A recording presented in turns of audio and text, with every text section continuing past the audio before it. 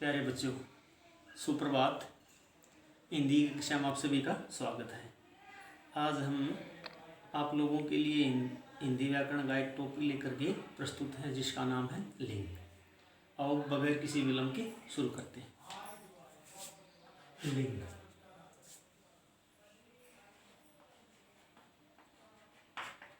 उद्देश्य है।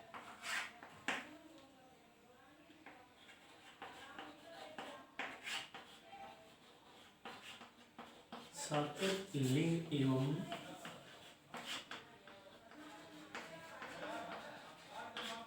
इसके भेदों से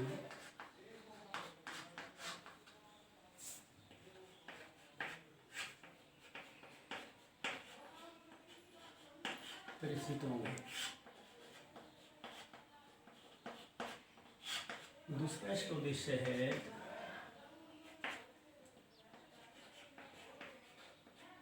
सार्थक लिंग को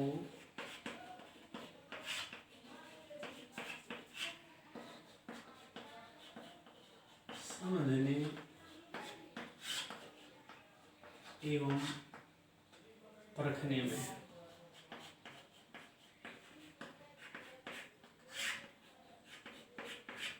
समर्थ होंगे।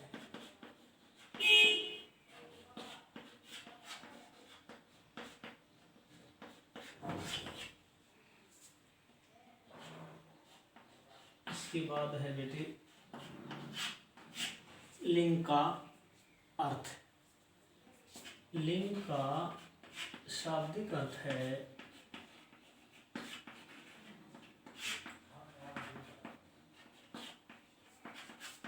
चिन्ह, पहचान भी कह सकते हैं। इसके बावजूद है परिभाषा।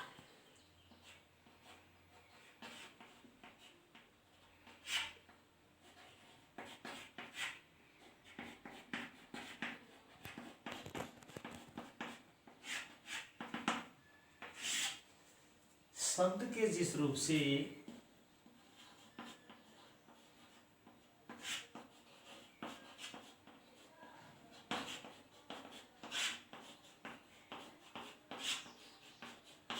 किसी वस्तु या प्राणी के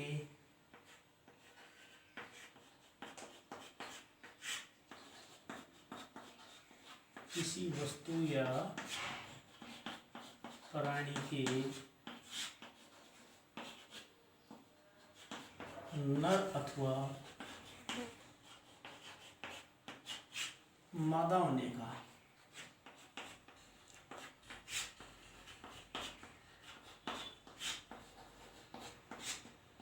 बोध हो,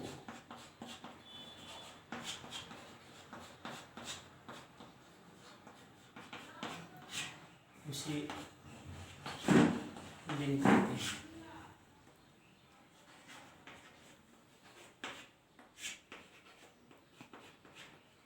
जैसे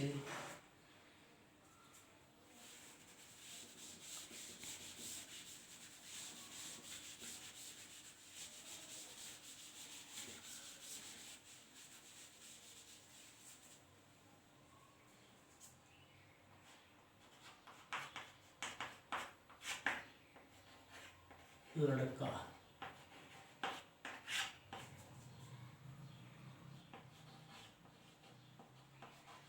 लड़की, शेर, शेरनी। यानी जो लड़का है इसे पता चल रहा है कि ये पुरुष जाति का है, लड़की ये क्षत्रिय जाति की, शेर है ये पुरुष जाति का, शेरनी क्षत्रिय जाति की। अब इसके बावजूद बेटे लिंग के भेद। हिंदी भाषा में लिंग के दो भेद हैं। नंबर 1 पुल्लिंग,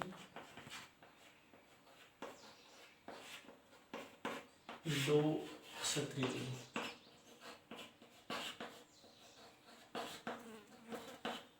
अब बारी बारी से इनकी परिभाषा लिखेंगे। पुल्लिंग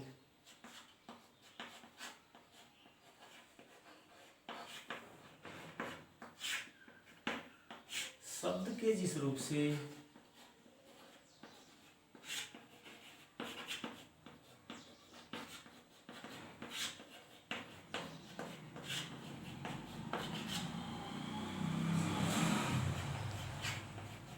पुरुष जाति का, शब्द के जिस रूप से पुरुष जाति का बोध हो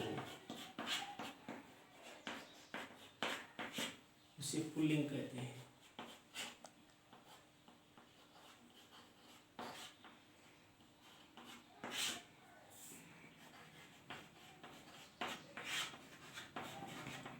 जैसे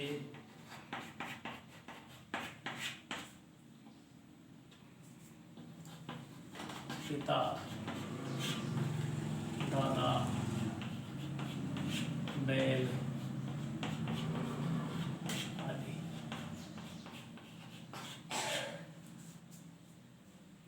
अब इसके बावजूद है बेटे स्त्रीलिंग।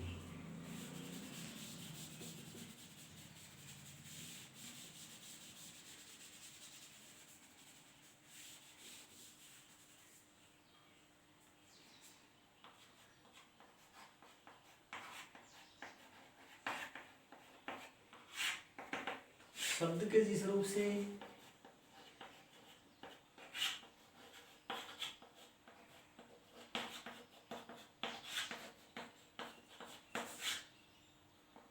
स्त्री जाति का, शब्द के जिस रूप से स्त्री जाति का बोध हो इसे स्त्रीलिंग कहते हैं।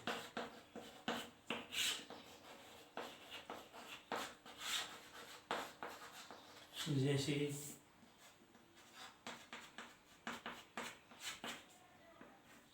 माता, दादी,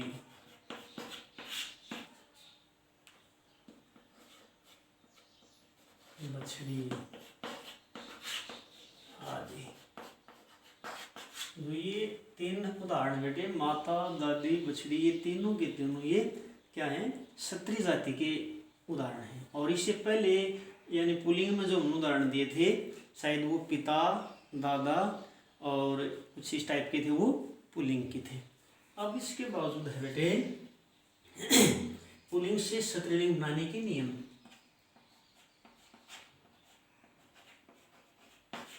पुल्लिंग से स्त्रीलिंग बनाने के नियम।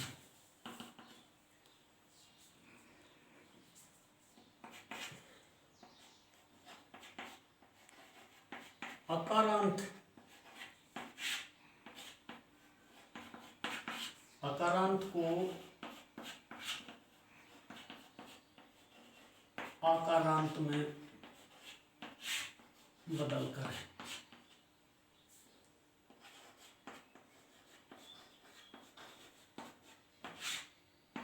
शायद आपकी समझ में नहीं आया होगा बेटे, ध्यान दें।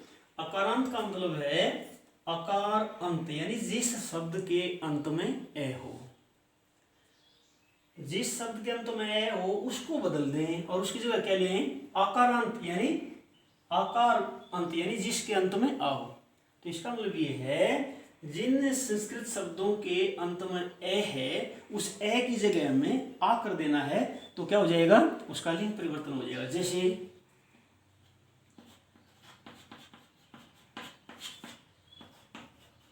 शिष्य, शिष्या, शिष्य जो शब्द है इसके ये में ए है अंत में, इसको कहेंगे बेटे अकारांत, और इसकी जगह हमने आ कर दिया, शिष्या, स्त्रीलिंग हो गया। छात्र, छात्रा, आचार्य, आचार्या, तो इस प्रकार पुल्लिंग से स्त्रीलिंग बनाए जा सकते हैं। अब इसके बावजूद बेटे एक छोटा सा टॉपिक है अपना वचन का। वचन देखिएगा,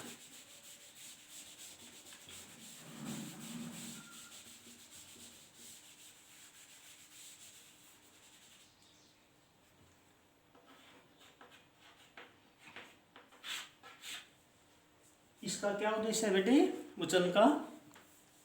छात्र वचन की परिभाषा और इसके भेदों से परिचित होंगे। इसके साथ साथ उनका जो व्याकरणिक पक्ष है वो सुदृढ़ हो जाएगा, मजबूत हो जाएगा, उनका शब्दकोश विस्तृत होगा। अब इसके बावजूद है वचन की परिभाषा।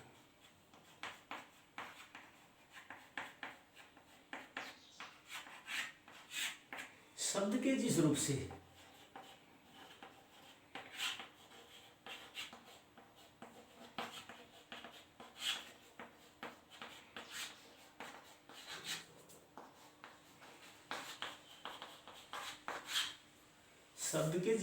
किसी वस्तु या प्राणी के एक अथवा अनेक होने का बोध हो। अनेक का मतलब बेटे एक से अधिक।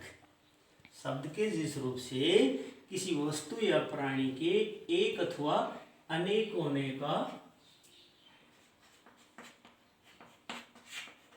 बोध हो,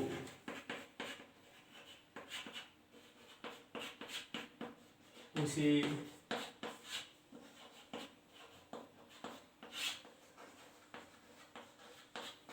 वचन कहते हैं।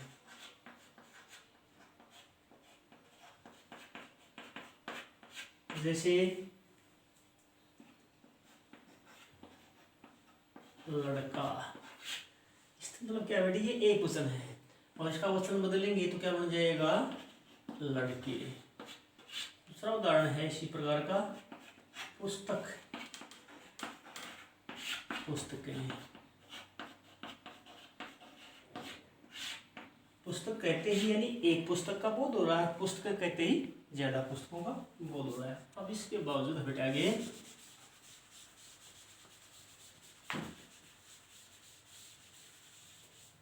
वचन के भेद।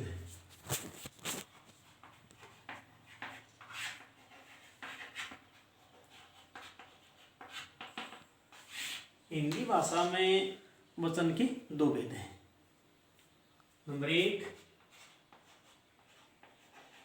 वचन, दो पर बेटे बहुवचन। अब बारी बारी से इनकी परिभाषा लिखेंगे। एक वचन,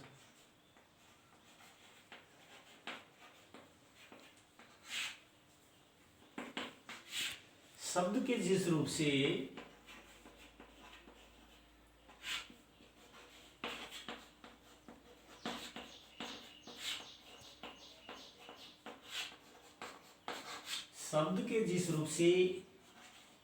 केवल एक ही वस्तु या प्राणी का बोध हो।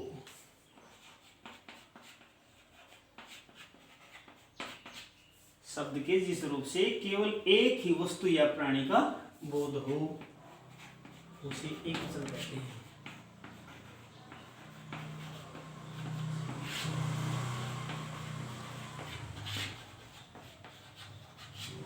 जैसे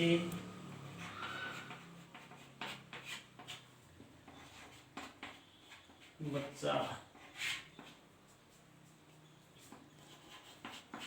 घोड़ा,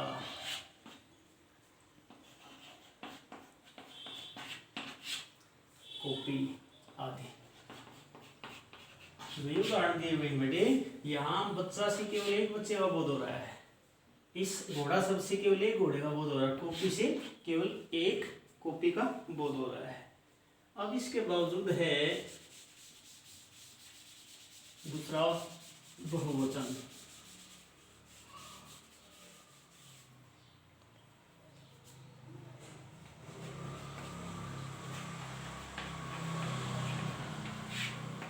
शब्द के जिस रूप से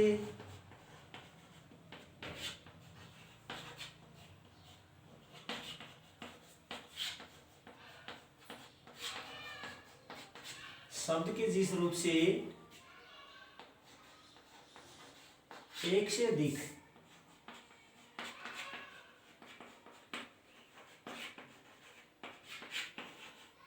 वस्तुओं या प्राणियों का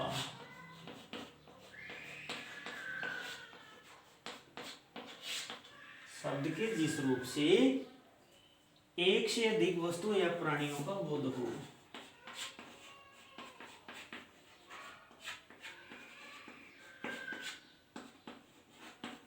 उसे बहुवचन कहते हैं।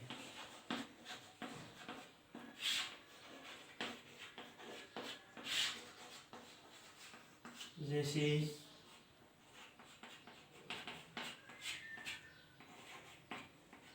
बच्चे, घोड़े, काफियां आदि। तो यहाँ बेटे बच्चे शब्द से पता लग रहा है कि वो एक से अधिक हैं।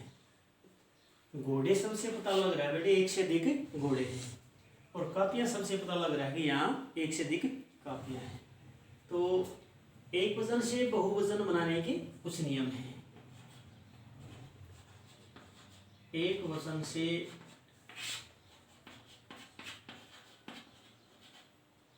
बहुवचन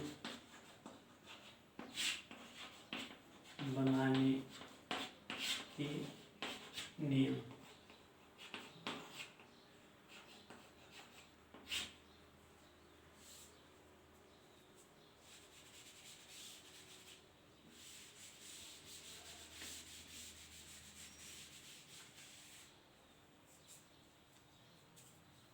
अकारांत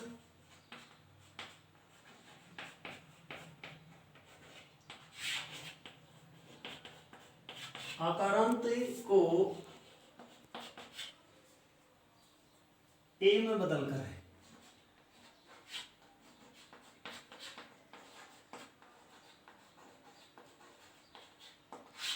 इसका मतलब क्या हुआ बेटे, जिस शब्द के अंत में आ आया हुआ है उस आ की जगह हमने ए लगा देना है, यानी आ को ए में बदल देंगे तो क्या वो एक वचन से बहुवचन बन जाएगा। जैसे